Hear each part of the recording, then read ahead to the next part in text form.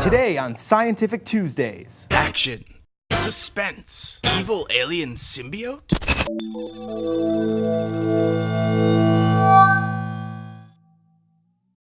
Today we're going to look at 4 different demonstrations involving ferrofluid in powerful neodymium magnets. Ferrofluid is a liquid that reacts to a magnetic field. It's usually made up of a mixture of oil and tiny iron particles. Most people don't realize that we actually use ferrofluids every day. You'll find them in speakers, motors, even hard drives. But the real fun comes when you get a bottle of the stuff. For the first demonstration, let's try dripping some ferrofluid onto a magnetized bolt. Then we'll observe the results. Let's go. Okay, so why do we call it a ferrofluid? Well, it's because it's a ferrous metal.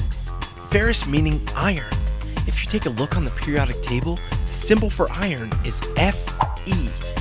Thus comes the word ferrous for the symbol Fe.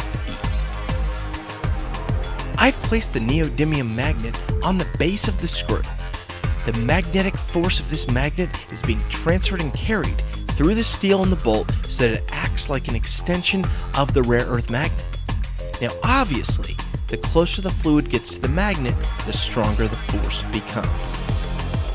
When the ferrofluid is poured onto this large bolt, we see it travel down the treads. Ferrofluid will naturally align itself to the magnetic fields of whatever object it comes in contact with. When you look at the periodic table, you can see that the materials that are in a column have similar properties. For example, take a look at 29, 47, and 79. These are copper, silver, and gold. To keep it simple, they are all soft metals and sit in the same column.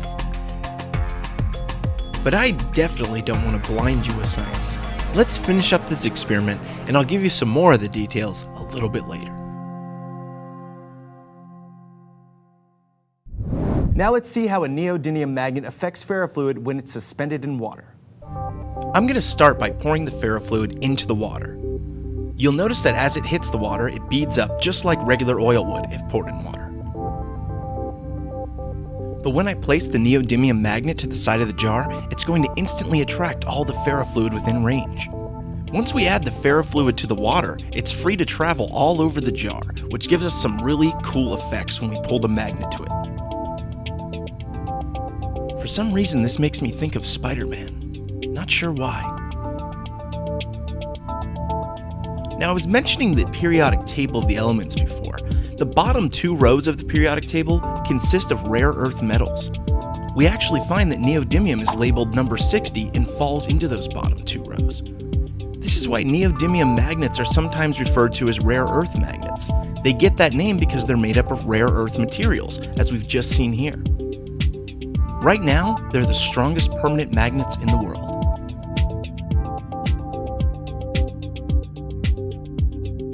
Now some of you out there are probably wondering what will happen if I drop the magnet into the water and ferrofluid concoction that I've got here. Well, let's find out together, shall we? Now when we drop the magnet into the jar, all of the ferrofluid on the bottom quickly surrounds the magnet itself, forming a big ball of oily goodness. Even though this magnet is rectangle shaped, a magnetic force extends out in all directions. Think of it sort of like a light bulb emitting light in all directions.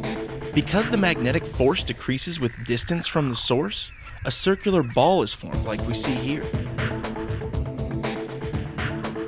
Don't eat this.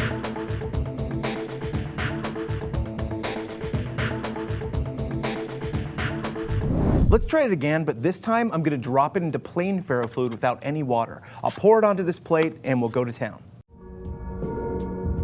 Now the first thing I'm going to do is pour out the ferrofluid onto the plate and make sure it's distributed evenly. When I drop the magnet onto the plate, it instantly forms a ball again, as you saw before. But you're probably wondering why spikes are forming. Well, think about it like this. Ferrofluid is basically thousands of tiny iron particles floating around in oil. Those particles line up with points where the magnetic field is strong and attempt to fully align with the field itself. When that happens, we see spikes because the surface tension from the oil puts a limit on how far they can go. Now you probably noticed that at the center of the ball, there are no spikes. This is a combination of both surface tension and the magnetic lines coming from each pole within the magnet. There's more force on each end of the magnet, so in the center, the magnetic field does not push out as far, forming an almost flat area. And just as a little bonus for sticking around so long, I'm gonna actually drink some fluid and see what happens. Idiot.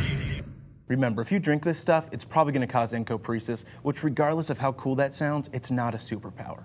It might also kill you. Anyways, see you next time.